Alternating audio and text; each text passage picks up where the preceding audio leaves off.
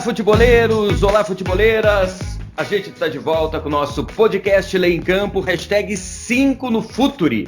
E hoje o assunto é o projeto de transformar clube de associação esportiva em empresa do deputado Pedro Paulo, do DEM do Rio de Janeiro, defendido pelo presidente da Câmara, o Rodrigo Maia. Afinal, é uma boa para o futebol brasileiro? O que ele tem de diferente dos projetos que já estão no Congresso e foram pensados e discutidos por juristas e por bastante tempo? A autonomia esportiva, como fica nessa história? A única solução dos clubes brasileiros está na migração de associação para empresa? São muitas as dúvidas. Então, vamos atrás das respostas, perguntando para as pessoas certas. Os especialistas. O nosso podcast Lei em Campo, #5 no Futuri, está no ar. Futuri apresenta Lei em Campo. Hoje, o nosso tema é o projeto de transformar clube em empresa, defendido por Rodrigo Maia. É uma boa para o Brasil?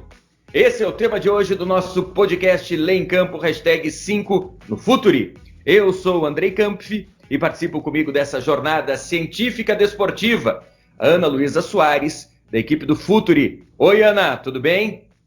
Oi, Andrei. Mais uma vez é um prazer estar aqui no Lei em Campo, no Futuri, e a gente vai falar de um tema, de novo, muito atual, tão atual que a gente está retomando ele agora, falando desse projeto em específico, e acho que vai ser muito legal a nossa conversa hoje. Também com a gente o professor Vladimir Camargos, autor do livro Constituição e Justiça no Brasil, um dos grandes conhecedores da legislação esportiva brasileira, relator de um projeto de lei que está para ser analisado pelo Senado Federal. Tudo bem, professor? Olá, Andrei. Olá, Ana Luísa, pessoal do Lei em Campo, do Futuri. Um prazer estar de volta aqui com vocês. E com a gente também o César Garafietti, economista executivo do Itaú BBA, responsável por um estudo muito importante, muito interessante sobre a situação financeira dos clubes brasileiros. Aliás, só esse estudo daria várias pautas para a gente no Lei em Campo. Tudo bem, César? Olá, Andrei. Prazer estar com você, prazer estar com a Ana, o professor Vladimir. Tudo bem, sim, vamos falar de um assunto que é importante para o futebol brasileiro, mudar um pouco a cara em função das tantas dificuldades financeiras que a gente tem visto ultimamente. Verdade. Mas antes deles começarem a explicar o que eles pensam sobre esse projeto, Nilo Patucci, advogado especializado em gestão esportiva, tem aquela pergunta para você entrar nesse podcast. Manda ver. Olá, Andrei, tudo bem? Como o tema do nosso podcast de hoje é clube e empresa e todas as mudanças na legislação que tramitam tanto no Senado quanto na Câmara de Deputados, no nosso quiz de hoje nós queremos saber qual seria o impacto nos clubes do Brasil. Então lá vai a pergunta: aproximadamente quantos clubes profissionais de futebol existem no Brasil? Alternativa A, 200. Alternativa B, 400. Alternativa C, 600, ou alternativa D, 800 clubes profissionais. Pensa aí que eu já volto com a resposta. Então pensem, reflitam, daqui a pouquinho o Nilo volta com a resposta para dizer se você acertou ou não o nosso quiz. Antes de mais nada, todo debate é sempre muito importante, salutar, ainda mais quando a gente fala de algo, para mim, pouco debatido ainda no movimento esportivo, que é legislação e também modernização da gestão do esporte, muito embora a gente esteja falando mais disso ultimamente. A cobrança por políticas de boa governança, por mais transparência, ética na administração dessas entidades esportivas, a gente sabe que é cada vez maior. A gente escuta, a gente ouve isso. E o que puder ser feito para ajudar nesse processo precisa ser debatido sempre com muita atenção e por especialistas. Agora, qualquer movimento precisa ser tratado com cuidado, é preciso respeitar sempre o ordenamento jurídico, princípios constitucionais e também entender princípios importantes do direito esportivo. Por isso que eu começo esse nosso bate-papo perguntando para o professor Vladimir Camargos, que é um especialista na área, que o esporte brasileiro, professor, tem dois projetos que foram debatidos e analisados por muito tempo e estão parados no Congresso. Um, o PL 68 de 2017, que além de unificar a legislação esportiva, trata também de temas importantes como clube-empresa corrupção no esporte, profissionalização do árbitro, vão ficar nesses 3. Outro que está na Câmara, PL 5082 de 2016, foi elaborado também por pensadores do esporte, como José Francisco Mansur, e teve autoria do deputado Otávio Leite, e ele dispõe, entre outras coisas, ou fundamentalmente, da criação das SAFs, que são Sociedades Anônimas do Futebol. Professor Vladimir, o que o deputado Pedro Paulo, do DEM do Rio de Janeiro, está propondo de diferente nessa discussão da ideia de lei para o esporte desses outros projetos que eu acabei de citar? Então, Andrei, realmente é bem diferente, não é? Primeiro, sim, temos que saudar a iniciativa do deputado Pedro Paulo, que, atendendo a um chamado do presidente da Câmara dos Deputados, o deputado Rodrigo Maia, está preparando um PL, portanto, por enquanto não há o PL em si, mas apenas diálogo em torno de uma minuta inicial, mas é super bem-vindo. Tenho certeza que o Dr. Grafietti, a quem eu já cumprimento, sigo já há um bom tempo os seus textos, seus estudos, um prazer estar aqui contigo, professor, mas tenho certeza que é preciso aprimorar muito o que foi apresentado inicialmente, ainda na semana passada. Por quê? Primeiro, não se trata de um projeto sistêmico, ele ataca pontos muito específicos do problema geral da falta de, vamos dizer assim, rigidez do sistema. Quando eu falo de rigidez, é muito parecido com o que se fala sobre o sistema financeiro, o sistema bancário, seria a saúde de gestão, a saúde administrativa, portanto, a saúde financeira do sistema esportivo brasileiro como um todo. Como o futebol é a principal modalidade, desde o início do século XX, ele se firmou como uma paixão nacional, se mistura mesmo com o senso de nacionalidade do brasileiro, com a nossa cultura, não é? E em termos econômicos é gigante, o futebol brasileiro, ainda que pequeno comparado com o europeu, é gigante. Nós temos aí uma grande preocupação. A situação financeira dos clubes é terrível, na sua maioria. Pouquíssimos clubes estão saneados, pouquíssimos clubes de futebol no nosso país estão aptos a se dizer como condizentes com regras de mercado, regras de boa governança, à altura do que esperam, portanto, seus torcedores e o povo brasileiro. Quando eu falo, portanto, que ele ataca apenas pontos específicos, essa é a nossa preocupação. O que nós escrevemos em nome do Senado Federal, lembrando que a Comissão de Juristas ela foi instituída por um ato do presidente do Senado Federal ainda em 2015, e no final de 2016, eu, como relator nomeado, apresentei em nome dos meus outros 12 colegas este projeto. A nossa preocupação ali era, já naquele momento, propiciar um ambiente de segurança jurídica para a migração do modelo associativo para o modelo empresarial, ainda que não fosse obrigatório, porque nós respeitamos a autonomia esportiva, esse princípio que está não apenas positivado na Constituição Federal, como também é um princípio geral, mesmo de direito internacional.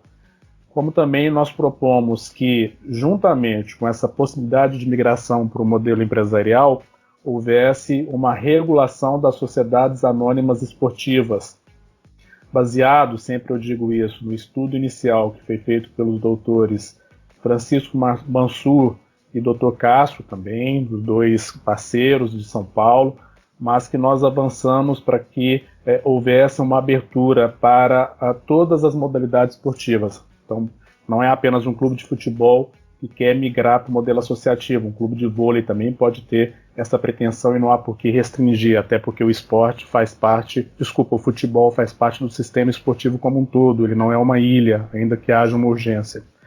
Eu, então, diria que nós, neste projeto, respeitamos não apenas a autonomia esportiva, como também aquilo que eu sempre denomino como o direito de ficar fora, que é um princípio lá do direito esportivo que decorre da própria autonomia. Nenhuma entidade tem a obrigação, pelo menos no nosso entendimento, de adotar um ou outro modelo. Isso seria ferir, inclusive, o que se denomina por igualdade entre os competidores ou paridade de armas. É o núcleo central da autonomia esportiva no que concerne a competições, ao direito competitivo. Portanto, qualquer vantagem muito assoberbada, uma vantagem muito vultosa a um modelo sobre o outro, poderia gerar aquilo que eu costumo dizer popularmente como doping tributário, doping financeiro. O professor Grafietti é especialista em fair play financeiro, está trabalhando isso aqui no Brasil com a Confederação Brasileira de Futebol. Tenho certeza que poderá desenvolver melhor este tema. Então esses são 2 cuidados que com certeza deveria ter sido tomado, imagino que vão ser tomados esses cuidados também na discussão que está acontecendo neste momento na Câmara dos Deputados. Também recordando, Andrei, que na Câmara dos Deputados, que esse PL, pelo menos por enquanto, no que nos foi apresentado, não prevê uma regulação especial para a sociedade anônima na área do esporte, nem mesmo se fosse tão somente restrita ao futebol. Isso significa que se um clube quiser adotar o modelo de sociedade anônima, ele deveria se basear na Lei Geral das SAs, não é? Na Lei de Direito Societário, Direito Comercial do nosso país, sem qualquer especialidade desta norma para a realidade do esporte, que é tão, eu diria, não é, tão peculiar, tão especial, e sim, eu imagino que essa também é uma falha. Inicialmente são esses principais pontos que eu poderia destacar, mas há outros ainda de preocupação que no decorrer da nossa conversa eu posso ir trazendo, Andrei. Ótimo, vamos voltar a falar sobre isso sim. Agora vamos acionar uma janela jurídica, já que o César está na Europa, conversando com ele sobre esse assunto importante e também em função dos dados que ele e a equipe coletaram nesse mergulho profundo na realidade do futebol brasileiro, nesse estudo capitaneado pelo Itaú. A pergunta é fácil, César. Só existe solução no futebol brasileiro nessa migração de associação esportiva para empresa ou não é bem assim? Bom, depois dessa explanação toda do professor Vladimir, fica difícil falar aqui, né? Ele traz uma aula aqui sobre o tema de clube-empresa que é impressionante. Não acho que...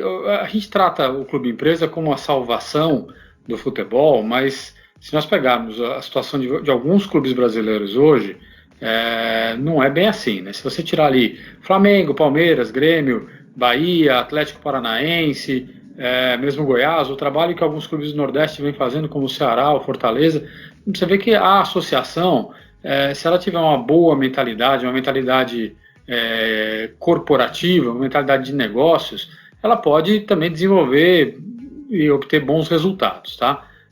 É óbvio que um ambiente associativo ele é sempre muito mais volátil, porque a cada 3, 4 anos você tem uma eleição, alguns clubes até menos, até a cada 2 anos, e isso gera um risco de descontinuidade muito grande, que torna a associação, de maneira geral, muito mais volátil e mais difícil de ser gerido, de se desenvolver em planos de longo prazo. Né? Que eu acho que a grande diferença de uma empresa ou de um clube-empresa para um associativo é justamente essa, a capacidade de você ter uma visão única e desenvolver um plano de prazo mais longo. Na Europa, são poucos os clubes que ainda se organizam como associação, né? Os casos mais famosos, positivamente, são Barcelona e Real Madrid, mas também tem os casos muito ruins, que são os clubes turcos, onde a maioria é associação e são os clubes mais punidos pelo fair play financeiro da UEFA. Então, o que eu sempre digo é que se nós pegarmos uma lista de empresas conhecidas de todo mundo, que tem capital aberto, que é limitado e tudo mais, você vai encontrar várias que quebraram, várias que tiveram problema. A grande questão não é necessariamente ser uma empresa, mas sim ser gerido como. Tá?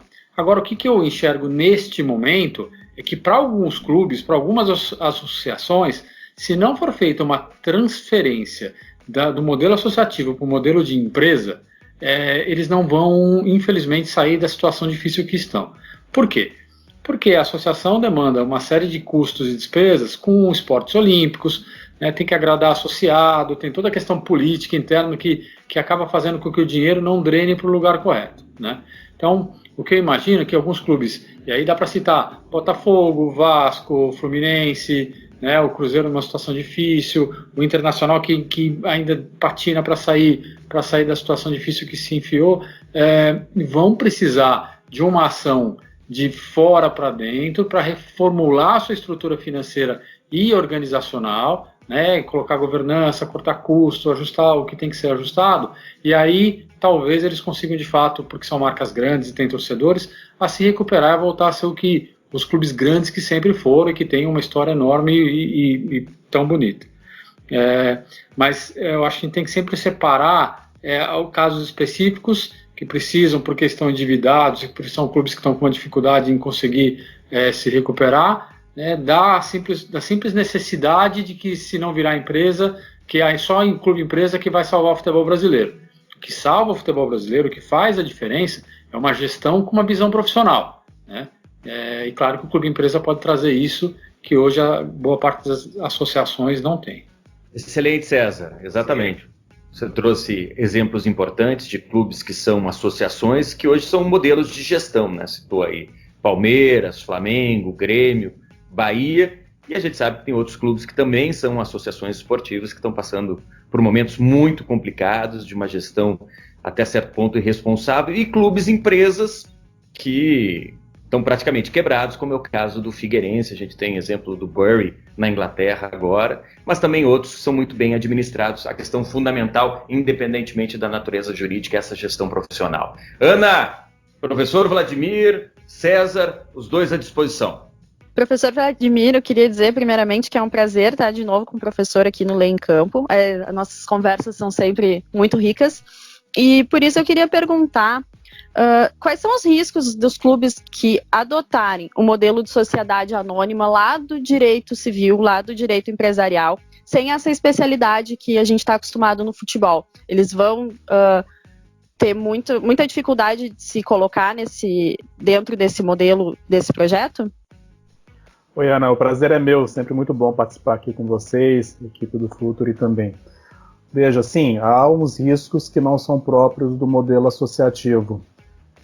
Eu só queria fazer um pequeno parênteses, que eu concordo com o professor Grafietti quanto a não entender que seja a grande panaceia a criação do clube empresa, ou a transição para o clube empresa. Ao contrário, nós já tivemos diversos exemplos ruins de clubes empresa, mas há também muito sucesso. É só ver a tabela de classificação da Série B de bola do campeonato brasileiro neste momento, não é? 2 clubes empresa bastante recentes estão bem no topo da tabela, mas sim, nós temos também o problema de um clube que está em último lugar na Série A e é clube empresa. Temos que ter cuidado realmente com isso, porque há modelos de sucesso no modelo associativo, tanto no Brasil como no exterior, e é o associado, não é, do clube que tem que decidir pela migração ou não. Hoje um clube social, um clube associativo, um clube que não está no modelo empresarial, Ana, ele tem como principal vantagem a isenção de tributos. São os tributos que estão previstos principalmente, né, quanto à isenção na Lei 9.532 de 1997.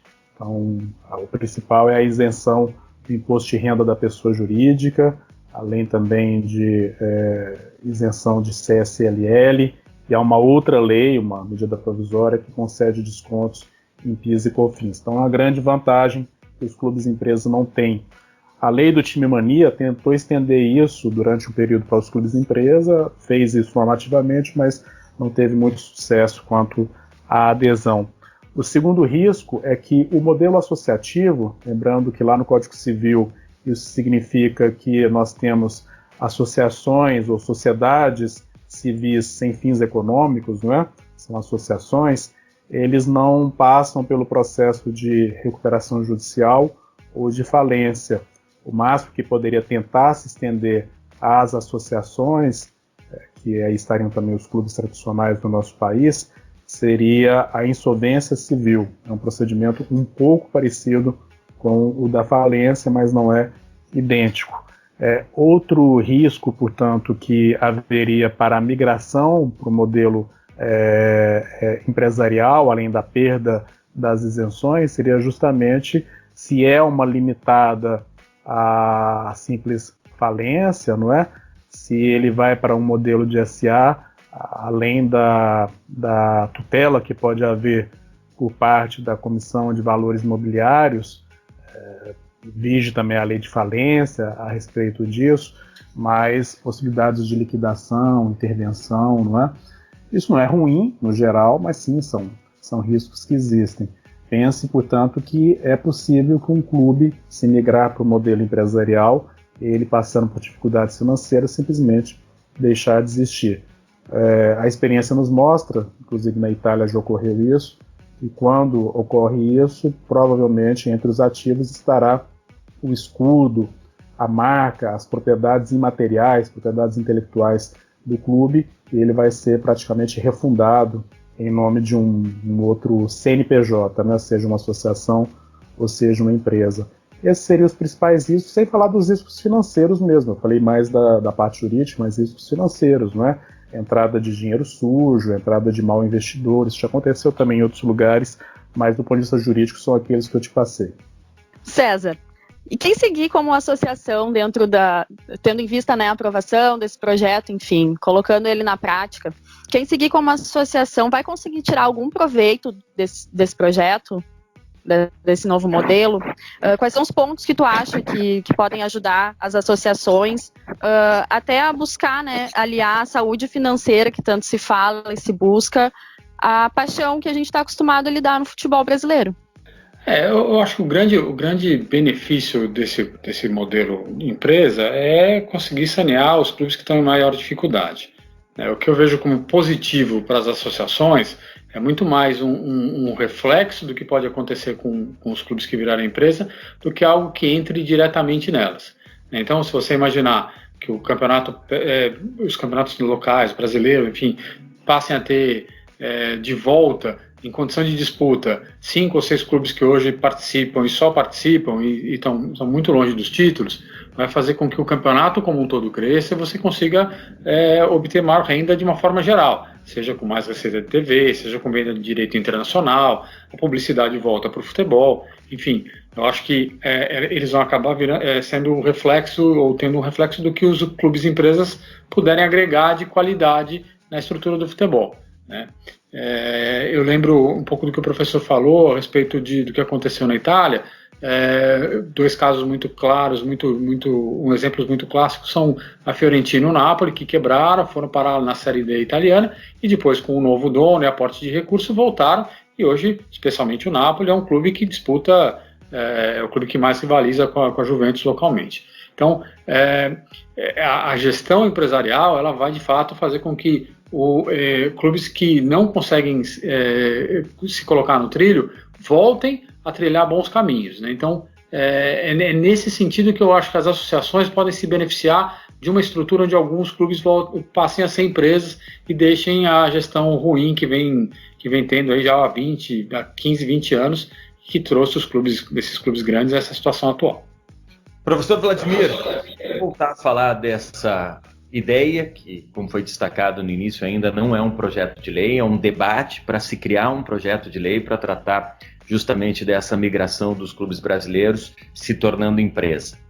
2 questões jurídicas importantes. A primeira, o senhor chegou a comentar na primeira participação, essa obrigação de migração não seria inconstitucional em função da autonomia destacada pelo senhor, constitucional, prevista na nossa Constituição, no artigo 217, e outra, para salvar esses clubes devedores, a proposta fala em 20 anos para pagar, com um desconto de 50% dessa dívida.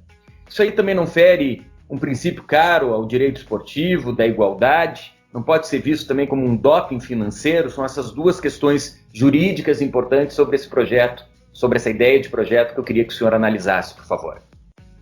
Andrei, sim, pode haver um problema de inconstitucionalidade se retomar aquela ideia inicial, que numa visita do presidente da Câmara à CBF, ele havia deixado claro que defendia um modelo de obrigatoriedade de transformação dos clubes associação em clubes empresa.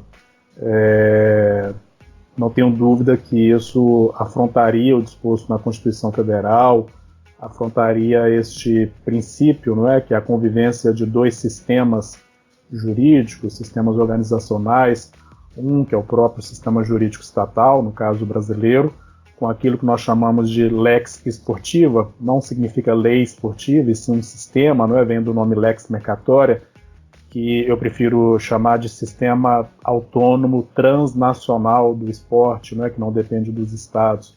Esses 2 compromissos estariam feridos, seja o constitucional, seja aquele da relação do Estado brasileiro com a pirâmide olímpica, o Comitê Olímpico Internacional, a FIFA, isso tudo estaria bastante abalado, não tenho dúvida. Muitos dizem, mas seria possível adotar o mesmo que foi feito na Itália com as SAD? Não é bem assim. O modelo português sempre deve ser levado em conta, mas as realidades jurídicas são bastante diferentes. No Brasil deveria ser resguardada a autonomia. Sobraria, portanto, na forma como eu vi o anteprojeto do deputado Pedro Paulo, não mais essa obrigatoriedade, mas uma desigualdade tremenda entre os que mantiverem a posição de clube-associação e os que resolverem migrar para o modelo empresarial. Por isso, inclusive, o presidente do Flamengo, na primeira reunião que houve dos clubes na semana passada com o deputado e com o presidente da Câmara, o presidente do Flamengo foi bastante incisivo em dizer que isso seria uma injustiça. Aí sim entraria isso que você está chamando de doping financeiro, seria decorrente do doping tributário. Ele incide contra aquilo que eu denomino por paridade de armas, quanto à igualdade dos competidores, como se o Estado estivesse influenciando na classificação da tabela, porque é claro, né, se um clube tem grande desigualdade financeira perante o outro, simplesmente por manter a sua independência, não querer se transformar obrigatoriamente num modelo ou no outro, não é? Isso quem tem que dizer são seus associados, ele vai acabar pagando impostos no valor bastante alto, se não me engano chega a mais de 30% da forma como está previsto agora, sendo que hoje ele não paga, tributariamente falando, nem 5% no modelo associativo. Se ele perde essa vantagem, ele vai estar em bastante desigualdade, e isso vai ter incidência ruim, nefasta, no resultado na tabela de classificação dos campeonatos nacionais e internacionais. Mas, Andrei, eu com isso não quero dizer, e já concordando com o professor Grafietti, não quero dizer que eu não seja também um certo entusiasta da possibilidade de migração dos clubes de associação para o modelo empresarial. Digo isso porque a legislação brasileira ela proíbe que a associação civil sem fins lucrativos distribua lucros, então ela pode ter lucro. Há uma confusão, eu brinco que é uma lenda urbana que existe no Brasil, dizendo que os clubes de associação, que as associações no geral, as organizações não governamentais, por exemplo, mas não incluo aqui os clubes tradicionais, os clubes de associação, que eles não podem ter lucro. É claro que eles podem ter lucro. O que não pode acontecer é a distribuição de rendimentos, a distribuição de lucros entre os associados. Então todo lucro tem que ser reinvestido na própria associação. A pergunta que fica, portanto, é o porquê um investidor brasileiro ou internacional aportaria seus recursos, não é, num clube de associação se ele não poderá ter retorno, pelo menos da forma clássica como nós conhecemos. Se ele quer aportar diretamente no clube, ele vai preferir o modelo empresarial, seja, por isso que eu estou dizendo, para que ele possa, não é, como investidor, ser um cotista, ser um portador de ações da empresa, né, ou porque também no modelo empresarial há seguranças do investidor que não existe no modelo associativo. Se o clube é uma SA, por exemplo, a própria lei das SAs no Brasil, já garante vários aspectos de segurança jurídica ao investidor. E se nós colocássemos ainda o modelo de SAF ou de SAI, como eu propus lá no projeto do Senado, Sociedade Anônima Esportiva, amplia-se ainda essa vantagem para o investidor. Lembrando que nós queremos trazer investimento para o esporte, não é necessário que traga investimento, não só pelas dívidas que são enormes, mas também para que possa haver um desenvolvimento maior das marcas, dos clubes. Tenho certeza que o torcedor ficaria mais feliz. São questões importantes e um caminho que me parece mais tranquilo para a profissionalização destacada pelo César, essa necessidade que o esporte brasileiro, o futebol brasileiro precisa ter. Independentemente dessa natureza jurídica, né, o futebol não sobrevive, nem deveria sobreviver, sem uma gestão responsável. Como fazer com que os clubes adotem, então, políticas de boa governança, de transparência, hein, César? De uma maneira que não seja obrigatória. É um pouco complicado você conseguir fazer clubes já quase centenários, alguns realmente centenários, entenderem que é preciso ter contas em dia, equilíbrio entre receita e despesa, dívidas equacionadas, né? Porque O dirigente, antes de tudo, é um torcedor, né? E ele é incapaz de entender que um clube que fatura 200 milhões jamais vai conseguir competir em pé de igualdade com outro que fatura 500. Né?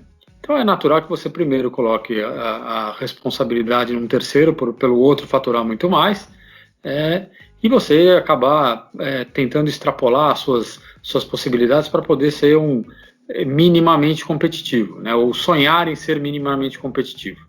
Eu acho que o grande exemplo, a grande forma disso acontecer, enfim, dos clubes conseguirem entender qual é a melhor forma de serem geridos, é olhar os exemplos, né? Então, em vez de ficar buscando justificativa para o sucesso de Palmeiras, de Flamengo, de Grêmio, olha o que acontece com o Bahia, olha o que acontece com o Atlético Paranaense, né? Olha o que acontece com clubes de menor torcida, enfim, clubes mais regionalizados, e ver como que eles conseguiram se reestruturar, enfim, se recuperar, colocar as contas em dia, e ainda assim, né, dentro de regras claras de governança, regras claras de gestão, disputar títulos e disputar campeonatos de uma maneira competitiva.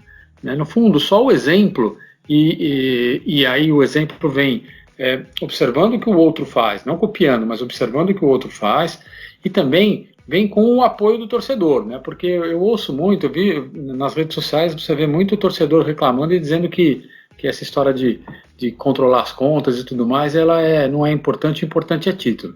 Mas eles não percebem que os títulos estão ficando cada vez mais nas mãos daqueles que se controlam, daqueles que se organizam, né? Então é uma lenda também achar que se você gastar tudo para ser campeão, você vai conseguir, porque o seu tudo, muitas vezes, ele vai ficar muito distante ainda daquele clube que consegue, organizadamente, ter um bom dinheiro para investir. Então, é difícil você... E aí eu concordo com o professor Vladimir que não dá para obrigar ninguém a ser empresa, se organizar e trazer dinheiro.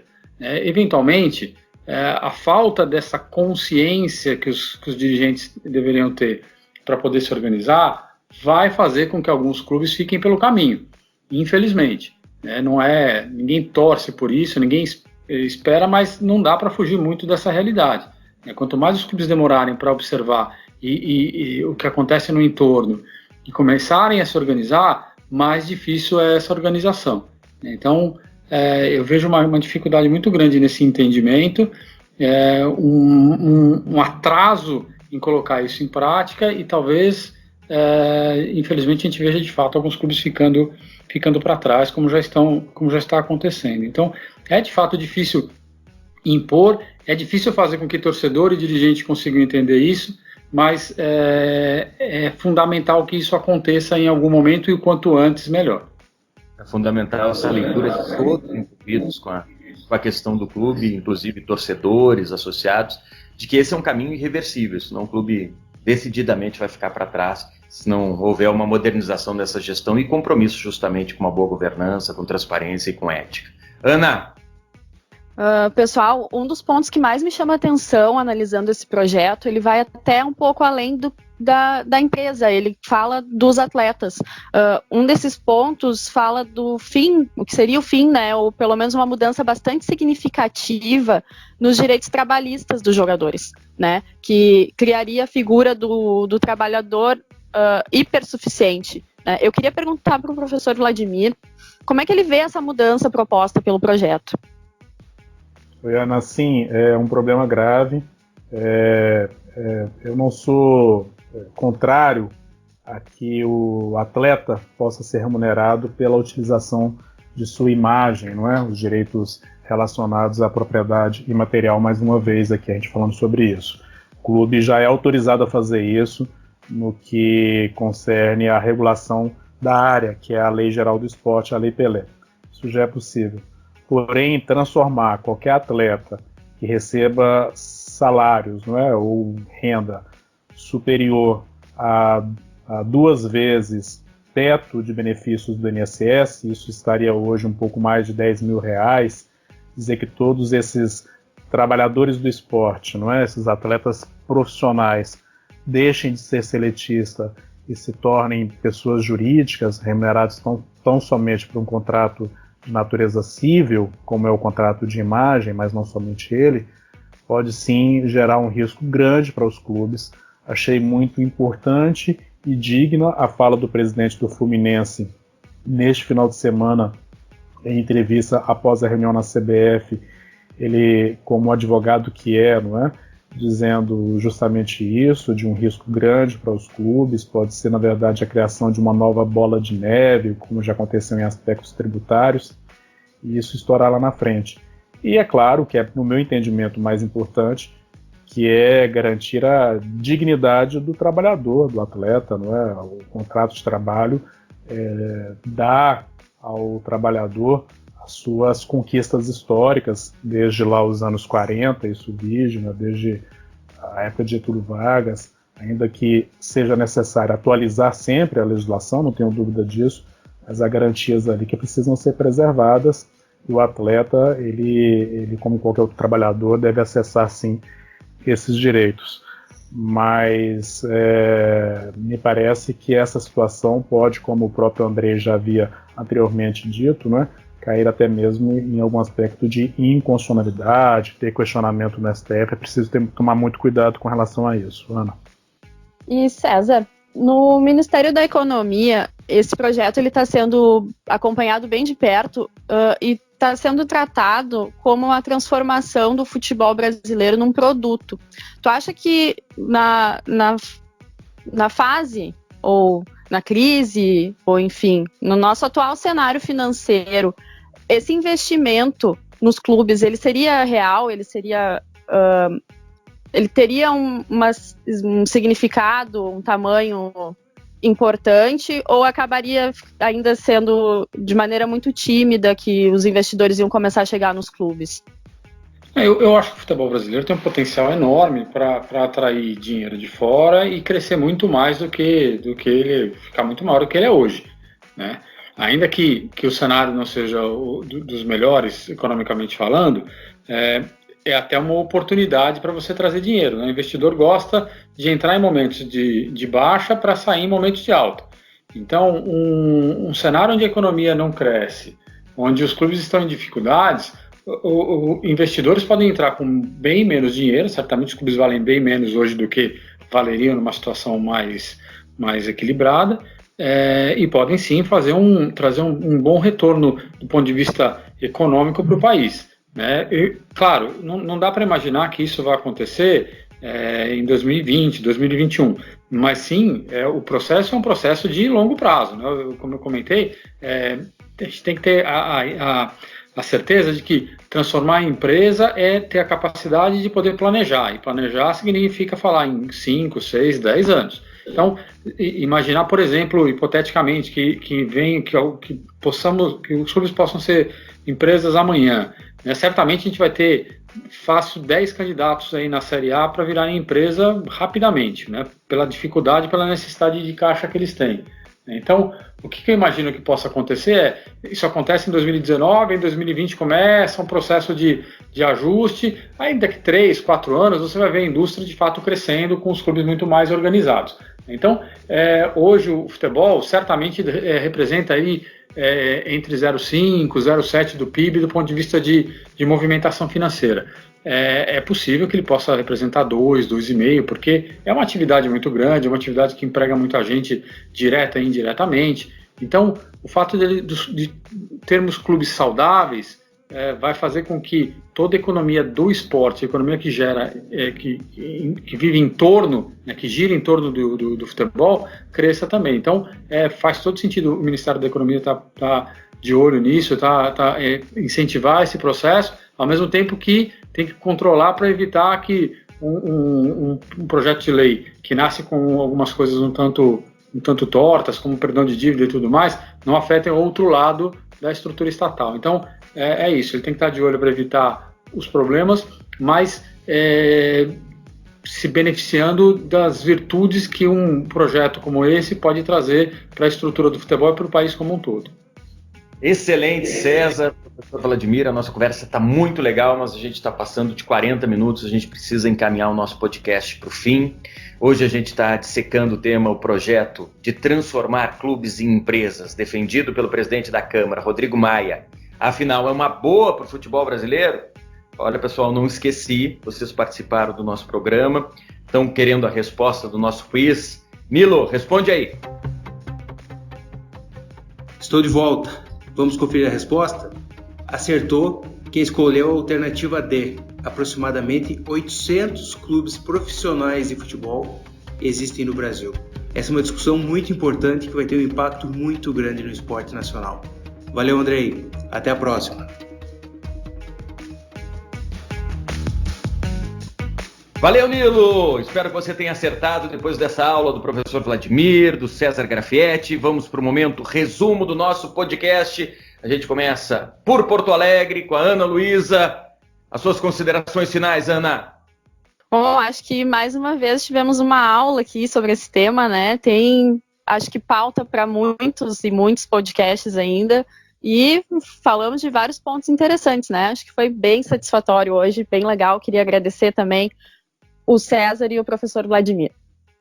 Professor Vladimir, tem que evoluir muito essa conversa proposta pelo Rodrigo Maia. Seria o caso de dar uma olhadinha nas outras leis, inclusive o senhor foi relator lá no Senado para tentar pensar o esporte de uma maneira mais sistêmica. As considerações finais. Justo, Andrei. Lembrando, como eu já havia conversado com você, que quando o nosso projeto de lei lá no Senado propõe a tipificação da corrupção privada no esporte, significa a possibilidade de prisão do dirigente que se apropria de recursos do clube. Não estamos falando aqui de recursos públicos, são recursos do clube mesmo, não é? Ele pode pegar, como diz aí o povo na rua, até 4 anos de prisão. Essa seria a pena para o crime de corrupção privada no esporte, 4 anos de prisão. Isso não está vinculado tão somente aos dirigentes de clube e associação. Os dirigentes de clube e empresa também podem estar incursos nesse crime se o projeto de lei do Senado 68 de 2017 for aprovado.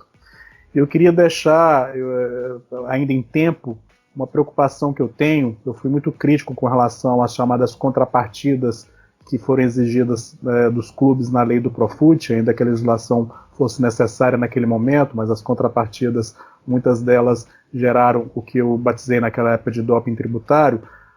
Tanto é que o STF julgou inconstitucional, né? Pelo menos liminarmente já está inconstitucional aquela parte, não está vigente, mas enfim, há uma preocupação minha que pouca gente tem falado, e que eu deixaria isso aqui para a nossa reflexão. Da forma como o projeto, o anteprojeto do deputado Pedro Paulo foi apresentado, com aquele refis, o novo prazo para refinanciamento de dívidas dos clubes, seria plenamente possível a saída dos clubes que estão hoje no Profut para entrar neste novo refis. Nós sabemos que isso vai resultar na perda dessas conquistas que houve em gestão de muitos clubes, porque, ao contrário do Profut, este refis não tem contrapartidas de gestão, né? Pelo menos na forma como foi apresentado na semana passada para os clubes.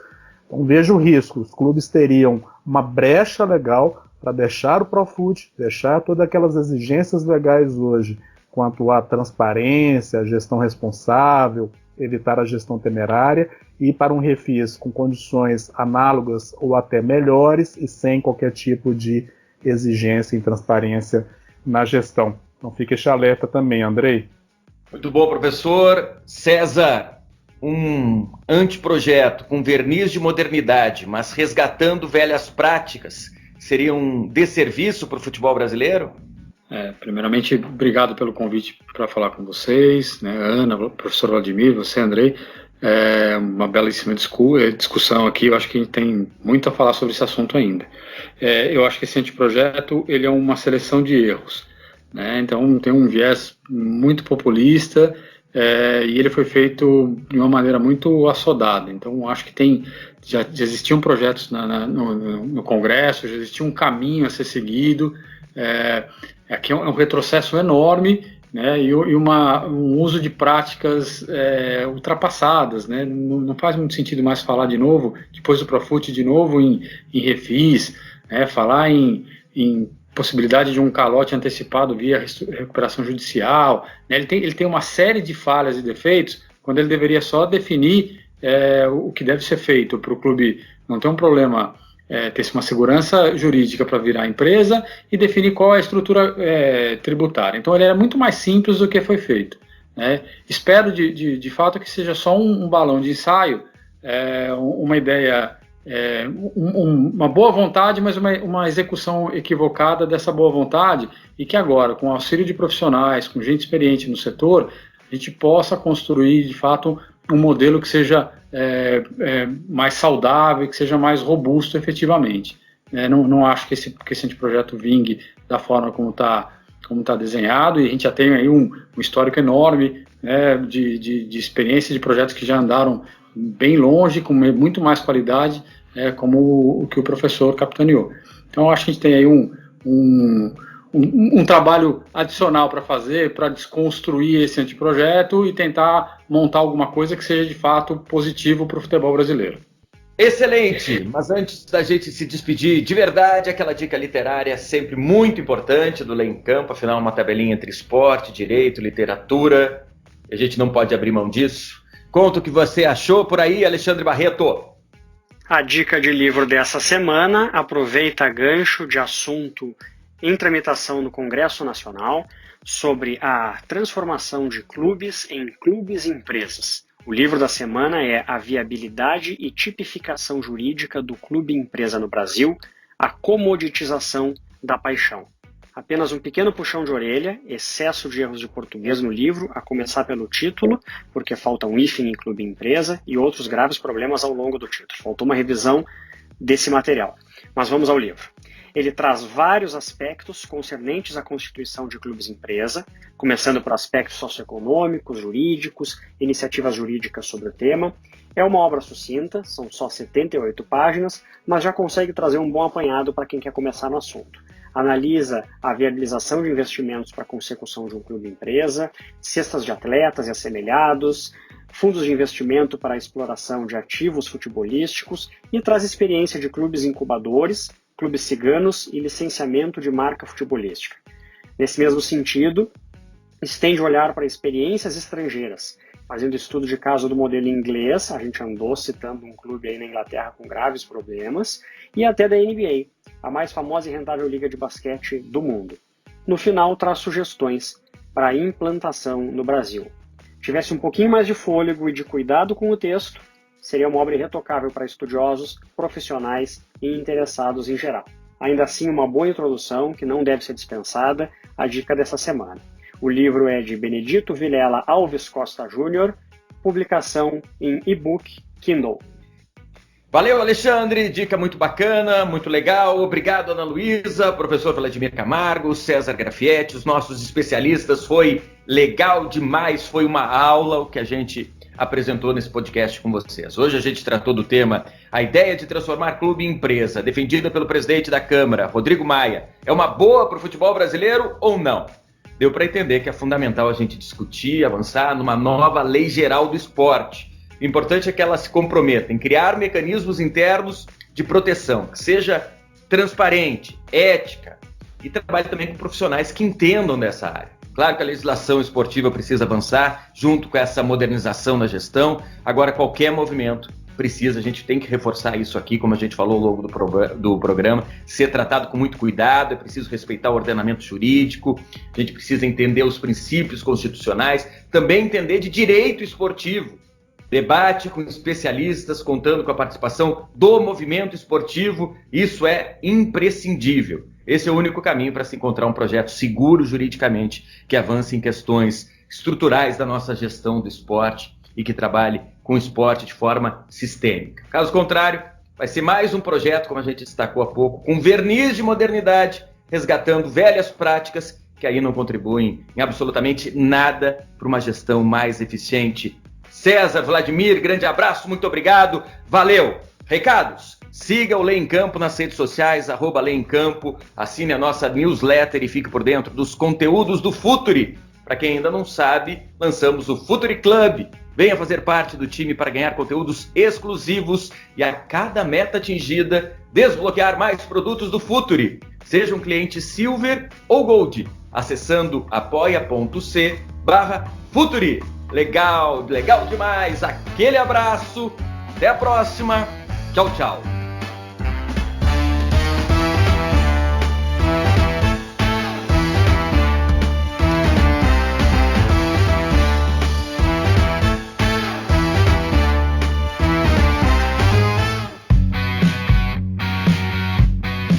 Futuri apresentou Lei em Campo.